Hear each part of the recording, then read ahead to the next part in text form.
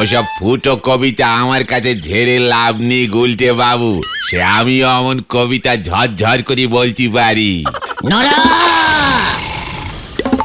নরদা নরদা, তুমিও তো জানো না আমাদের গুলটে মামা আগের জন্মে বিশাল বড় কবি ছিল, নাম ছিল গুলমিকি। তাই এ জন্মে কবি গুলমিকি হয়েছে গুলটে, তার কবিতাও গেছে উল্টে। আমিও মনে হয় আগের জন্মে কবি ছিলাম গো পাঁচু ভাইপো। পাঁচু পাঁচু, নরাকে বলে দে এই গলদপুরে একজনই কবি ছিল, আছে এবং থাকবে, সে হলো এই গুলটে অর্থাৎ গুলিমিকি। তালি পরে আমিও আপনারে চা দেব নে, আর কবি বলেও মানব নে। সহ্য হচ্ছে না পাঁচু, চলে আয় তোরা।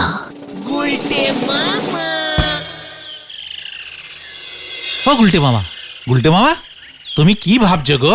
ও গুলটে মামা, অনেক গভীর ভাবনা রে, ভেরি দুঃখজনক, ইমোশনালিস্টিক। বলো না বলো না। দুঃখের কথা বললে দুঃখ কমে যায় গুলটে মামা। ওরে এই দুঃখ ঠিক সেই টাইপের দুঃখ নয় রে।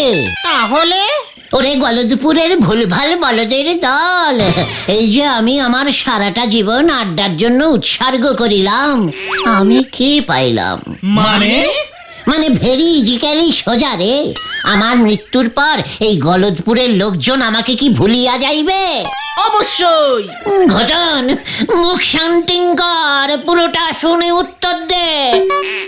এই ঠিক আছে ঠিক আছে ঠিক আছে, তুমি বুঝিয়ে বলো গুলটে মামা। না মানে আমি বলছিলাম যে এই যে আমি বাঙালির এই আড্ডা শিল্পকে বাঁচাইয়া রাখিবার জন্য সারা জীবন আন্দোলন করিলাম, তার জন্য এই গলদপুরের স্কুল মাঠে আমার একটা পাথর মানে প্রস্তর খণ্ডের মূর্তি যদি স্থাপিত হইত, তাহলে আমার এই মারমার আত্মা শান্তি পাইত। তোমার স্ট্যাচু বসাতে চাইছে স্কুল মাঠে? আরে হ্যাঁ রে হ্যাঁ, বিশাল আকার এক মূর্তি, গলায় ঝুলিবে মল্ল মানে মালা। কাকে করবে পার্টি?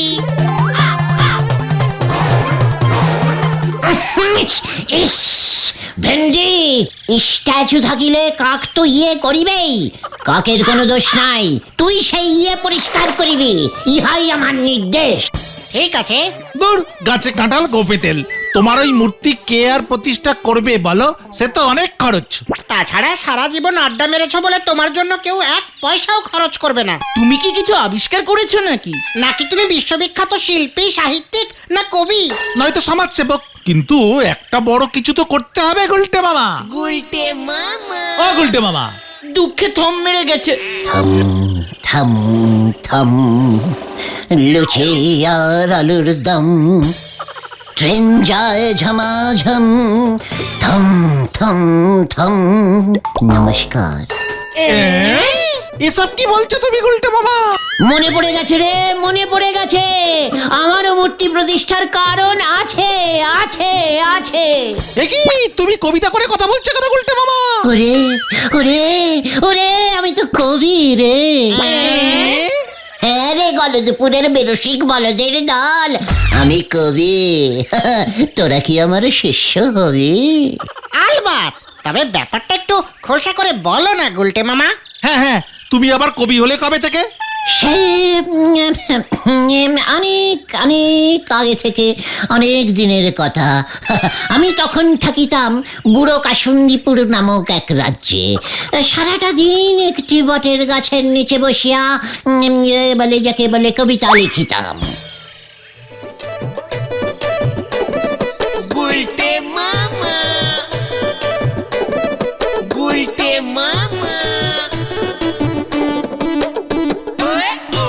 ওই যে আকাশ শুধু নীল নীল, তার মধ্যে ভেসে বেড়ায় শুধু কালো কালো চিল, বলদ ভেন্ডি পুকুরে ছুড়িতেছে ঢিল ঢিল। এমন সময় সেখান দিয়া যাইতেছিলেন সেই রাজ্যের রাজা, উনি আমার কবিতা শুনিলেন। বাবা বাবা, কি সুন্দর কবিতা! কে তুমি কবি? কি নাম তোমার? আগে আমি হইলাম শ্রীমান শ্রীযুক্ত কবি গুলমিকি। ঠিক আছে, আজ থেকে তুমি হইলে আমার সভা কবি। তারপর আমার স্থান হইল বটগাছতলা টু রাজপ্রাসাদ। সারাদিন আমি কবিতা রচনা করিতাম আর রাজামশাইকে শোনাইতাম। এসেছে শরৎ, হিমের পরশ, লেগেছে হাওয়ার পরে। এই কবি, কবিতাটা কোথাও শুনেছি শুনেছি বলে মনে হচ্ছে না? ইয়ে, মানে না, মানে হ্যাঁ স্যার, মানে রাজামশাই, অন্য একটা বলছি। আগে কি সুন্দর, কি সুন্দর, কি সুন্দর! কি সুন্দর সেটা বলবে তো? বলছি ইয়ে, মানে আপনার ওই দাড়ি। কি?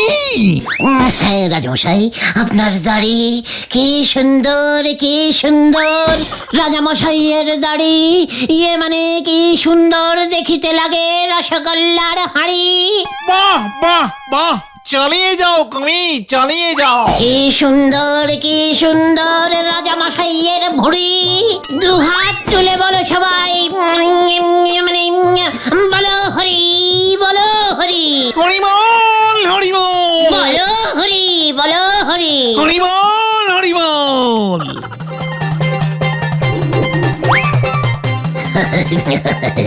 ঠিক আছে, ঠিক আছে। রে গলদপুরের থম্মাড়া বলদ, তোরাই দেখছি এখন স্ট্যাচু হয়ে গেলি। না মানে আমি বলছি যে তুমি তুমি যে সব বললে এগুলো সব সত্যি? কবির কল্পনা রে, কবিরাজে সব কল্পনায় আলপনা দেয়। আমার ভিতরে গুলমিকি কবি আবার জাগিয়া উঠিয়াছে। আমি কবিতা লিখিয়াই বিখ্যাত হইব। তখন দেখবে আমাকে সবাই বিশ্বকবি, না থাক, মানে বিশ্বকবি তো আছেই, তাহলে আমি হইব ইয়ে মানে আমি হইব সৌরজাগতিক কবি শ্রীমান গুলমিকি। জয় গুলটে মামা কি জয়। কিন্তু এমনি এমনি তো তোমার স্ট্যাচু তৈরি হবে না। তোমাকে তো এই গলতপুরের সবাইকে জানাতে হবে যে তুমি একজন কবি। ঠিক, তবে গলতপুরের সবাইকে জানানোর থেকে নরাকে জানাতে পারলেই অনেকটা কাজ হয়ে যাবে, বুঝেছিস? ওর দোকানে আমার মতো কবি যদি এক কাপ চা খায় না, তখন দেখবি ও জনে জনে বলে বেড়াবে আমার কথা। চলে আয় আমার সঙ্গে।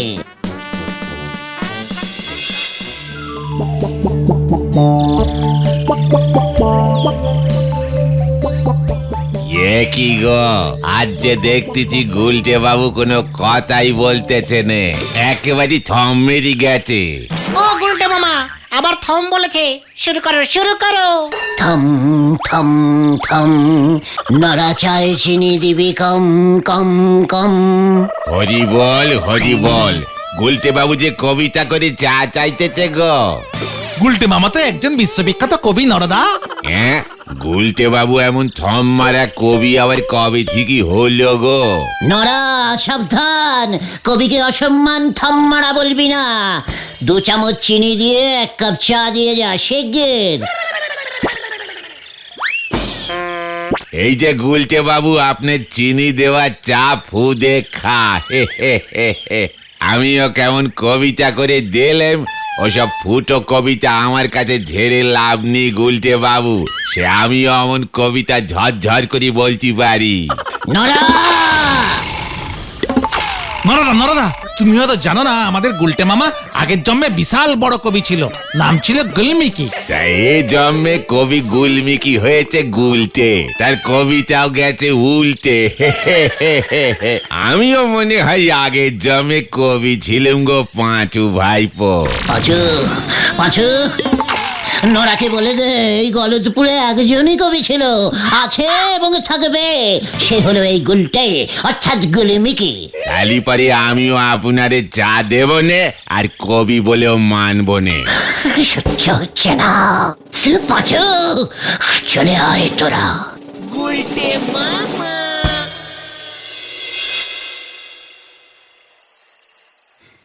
না না না না না না না না না, যেভাবেই হোক লোকজনকে জানাতেই হবে যে আমি একজন বিশ্ববিখ্যাত কবি। কিন্তু কিভাবে জানবে?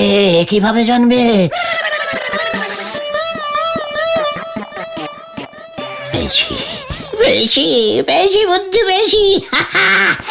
আমার কবিতার একটা বই ছাপিয়ে সেই বইয়ের কবিতা যদি স্কুলের বাচ্চারা মুখস্থ করে, ব্যাস, তাহলে আর দেখতে হবে না, বাচ্চাদের মুখে মুখে আমার কবিতা ছড়িয়ে পড়বে। অপূর্ব। নমস্কার, আমি এখন একটা সৌরকবি শ্রী গোলমিকি গুহর কবিতা বলে শোনাবো। কবিতাটার নাম ব্যাঙাচি।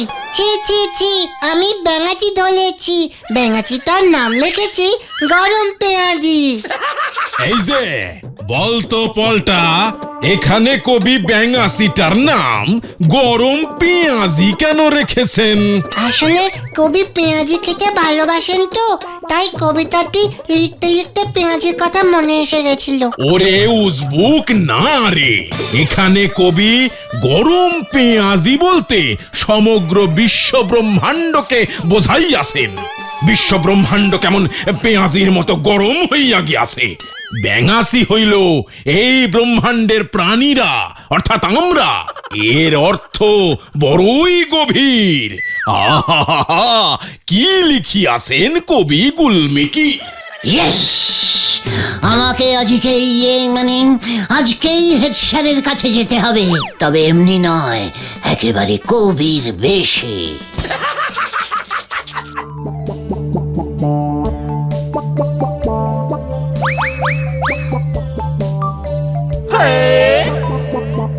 আসতে পারি স্যার? কে?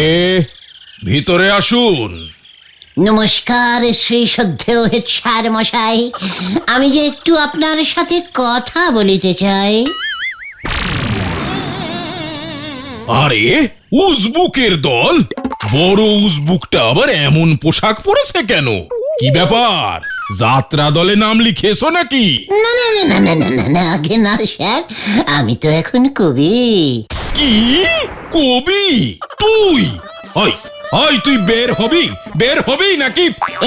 একই উত্তেজনা নয়, বড় ভয় হয়। স্যার, আমার কথাটি শুনুন, দয়া করে আমাকে আপনি চিনুন। তোকে আবার সেনার কি আছে রে উজবুক? গলতপুরের তুই বড় উজবুক গুলটে। ওই রকম সং সাজলে কি ভেবেছিস আমি তোরে চিনতে পারবো না? আমারে বিরক্ত করতে স্কুল পর্যন্ত এসে গেছিস, এত বড় সাহস তোদের? না স্যার, ভুল বুঝবেন না, এই জন্মে আমি গুলটে, কিন্তু আগের জন্মে তো আমি ছিলাম কবি গুলমিকি। আমার লেখা পুরনো কবিতাগুলো সব মনে পড়ে গেছে স্যার, তাই স্যার আমি আপনার কাছে এসেছি। বুড়ো কাসুন্দিপুর রাজ্যের রাজার সভাকবি ছিলাম আমি, ওই সময় অনেক কবিতা লিখেছিলাম। ওইগুলো যদি এই জন্মে বই করে ছাপিয়ে বার করে স্কুলের ছেলেপুলেদের পড়তে দেন, ওরা খুব উপকৃত হইতো স্যার। কি আমার সঙ্গে মশকরা করার আর জায়গা পাও না উজবুক মরকট? তুমি আগের জন্মে গুলমিকি কবি ছিলে, হতচ্ছাড়া, কয়ের পিঠে খ লিখতে পারে না, আর তোমার বই আমি ছাপাবো। এ মা, কেন পারি তো। কয়ের পিঠে খা, নীল ডাউন হা, হা হা হা, পা ফা ভা। হতচ্ছাড়া!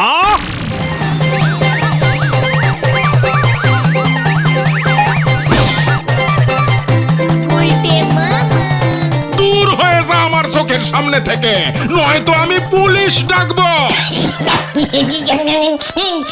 কি আবার পুলিশ কেন? রাগ করবেন না স্যার, আমি যাচ্ছি স্যার, আমার ফলসদারিটা দিয়ে দিন স্যার, হারালে পুরো দাম দিয়ে দিতে হবে। এই নে হতচ্ছাড়া! একই কাণ্ড, সব হলো লন্ড ভন্ড, মাথায় উঠেছে দাড়ি, চল রে তাড়াতাড়ি। স্যার কেমন দিল? দাঁড়া!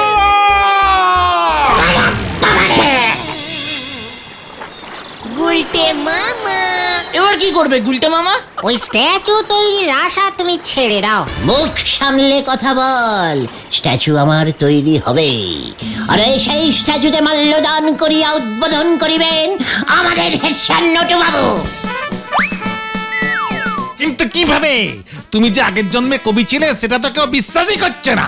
এ জন্মে তো একটা কিছু করো, আগের জন্মের ওই কবিতা দিয়ে এ জন্মে স্ট্যাচু প্যাচু হবে না গো গুলটে মামা। ওরে গলদপুরের ব্যর্থ বলদের দল, আমি এমন একটা বড় কিছু করিব, তখন দেখিবে শুধু এই গলদপুর নয়, প্রত্যেক পাড়াতেই আমার একটি করিয়া মূর্তি স্থাপন হইবে। এই গলদপুরের নাম বদল করিয়া এই কবির স্মরণে গুলটেপুর হইয়াও যাইতে পারে। কি করবে তুমি? মহাকাব্য লিখিব। মহাকাব্য? আরে মহাকাব্য, ইয়া মোটা হবে বইটা। আমার মাথাটা কেমন যেন ঘোরাচ্ছে গুলটে মামা। এখন তো তোদের অনেক কিছুই ঘোরাবে, তার থেকে বরং ঘরের ছেলে ঘরে ফিরে যা। আর হ্যাঁ শোন, কাল থেকে আমাকে আর পাবি না কিন্তু, বলে দিলাম। আড্ডা বন্ধ। কেন? কোথায় যাবে তুমি? সময় হলেই সব জানতে পারবি। আজ তো একটা মহাকাব্য লেখা তো সহজ কাজ নয় রে, ওসব তোরা বুঝবি না। যা বাবা।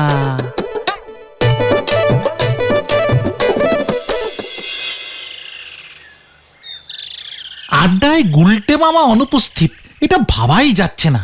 ঘটন তো গেছে, একটু পরেই ব্যাপারটা বোঝা যাবে। এই গুলটে মামা যদি সত্যি সত্যি আড্ডা বন্ধ করে দেয় না, তাহলে আমাদের অবস্থা কি হবে রে? সর্বনাশ হয়ে গেছে রে, সর্বনাশ, সর্বনাশ হয়ে গেছে। কি হয়েছে? গুলটে মামা বনবাসী হয়ে গেছে। পিসিমা খুব কাঁদছে। মহাকাব্য লিখতে গেলে নাকি জঙ্গলে গিয়ে লিখতে হয়। লিখতে লিখতে ওর নাকি বড় বড় দাড়ি গোপ গজিয়ে যাবে। বাড়িতে বসেই তো লিখতে পারতো। না রে না, বাড়িতে বসে লিখলে আমি নাকি বারবার ওকে ওর দাড়ি গোপ কাটতে বলতুম। ওরে ওরে তোরা গুলটাকে ফিরিয়ে নিয়ে আয় রে, ওকে ফিরিয়ে নিয়ে আয়। ঠিক আছে ঠিক আছে, তুমি কেঁদো না পিসিমা, আমরা দেখছি কি করা যায়। জঙ্গল মানে তো আমাদের নদীর ওপারে তেলাকুচুর জঙ্গল। হ্যাঁ চল তো আমরাও যাই। হ্যাঁ হ্যাঁ, চল চল চল।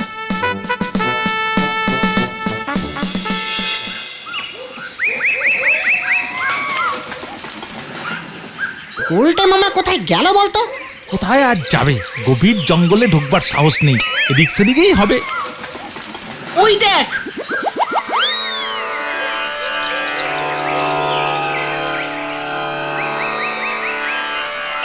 আরে গুলটে মামা গো, ও গুলটে মামা, গুলটে মামা গো, ও গুলটে মামা।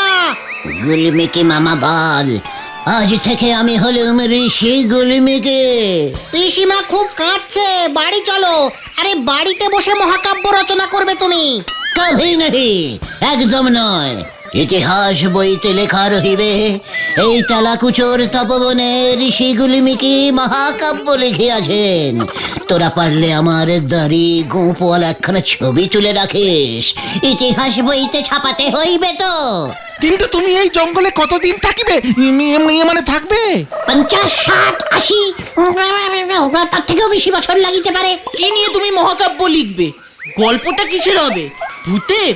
ঘটন, মহাকাব্যে ভূত আনিয়া ফেলিয়াছ, ফাজিল বালক। ঠিক আছে ঠিক আছে ঠিক আছে, সবই তো বুঝলাম, কিন্তু এত বছর ধরে লিখবে তুমি, এর জন্য তো প্রচুর পৃষ্ঠা চাই, কাগজ চাই, কালি চাই, কলম চাই, এসব চাই গুলটে বাবা। তোরা সাপ্লাই দেবে? রোজ এসে আমাকে এক দৃষ্টে কাগজ আর এক দোয়াত কালি দিয়ে যাবে, ইহাই আমার নির্দেশ। মহাকাব্যের শেষ পাতায় এর জন্য তোদের নাম আমি পদবিশুদ্ধ লিখিয়া যাইব, আমার সঙ্গে সঙ্গে তোরাও অমর হইয়া যাইবে। কিন্তু এত কালি আর পৃষ্ঠার যোগান দিতে দিতে তার আগেই তো আমরা মরে যাব গুলটে, মানে গুলমিকি বাবা। মরিয়া গেলে বইতে তোদের নাম উঠিবে না? সে না হয় বুঝলাম, কিন্তু তুমি খাবে কি? মুনি রাজা খায় ফল মূল লতা পাতা, মানে শাক পাতা, পুরো নিরামিষ। রাতেও বাড়ি ফিরবে না? কে রে? মুনিদের লাইফ সম্পর্কে ঘটনাটা দেখছি কোনো কিচ্ছু জানা নেই। তোরা এখন এখান থেকে দূর হয়ে যা, আমার চোখের সামনে থেকে দূর হয়ে যা। এবার আমি ধ্যানে বসলুম। গুলটে মামা, ও গুলটে মামা, গুলমিকি বাবা, ও গুলমিকি বাবা। এখানে থেকে বোধহয় লাভ হবে না, চল দেখি কি করা যায়।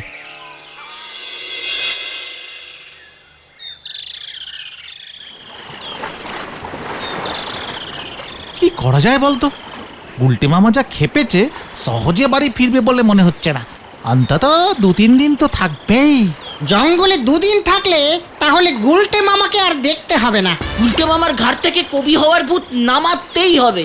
রাইট, ঠিক বলেছিস। ভূত দিয়েই ভূত নামাতে হবে। মানে শোন তাহলে। এ বাবা, ওহ মাগো, কি কাঁচালে পড়লাম রে ভাই। ওই বলদগুলো যে এত হাই রেটের বলদ সে তো জানতুম না। আর একটু জোর করলেই তো আমি বাড়ি ফিরে যেতাম। আশ্চর্য। শুনলাম পিসমা নাকি কান্নাকাটি করছে। তো এখন আমি নিজে থেকে বাড়ি যাই কি করে? কি যে করি। না না না না না না, কভি নেই। আমি নিজে কিছুতেই বাড়ি ফিরিব না। তাই নাকি? তাহলে তো আমাদের খুব ভালোই হলো। এই কে কে ওখানে? কে? গুলমিকি, কেমন আছিস তুই? কি আশ্চর্য। আপনি কে?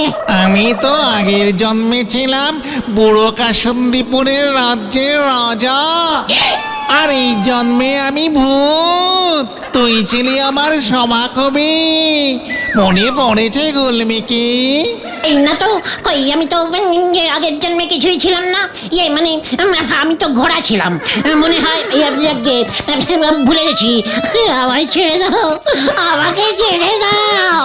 না, তোকে আমি নিয়ে যাব, মহাকাব্য লিখবি তুই। আমাকে ছেড়ে দাও, আমি আর মহাকাব্য লিখিব না। আমি বাড়ি যাইব। আমি বাড়ি বাড়ি বাড়ি।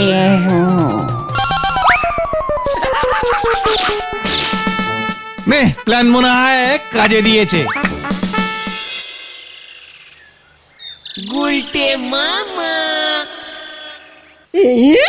হত ছড়া নাকি সারা জীবন জঙ্গলে থাকবে।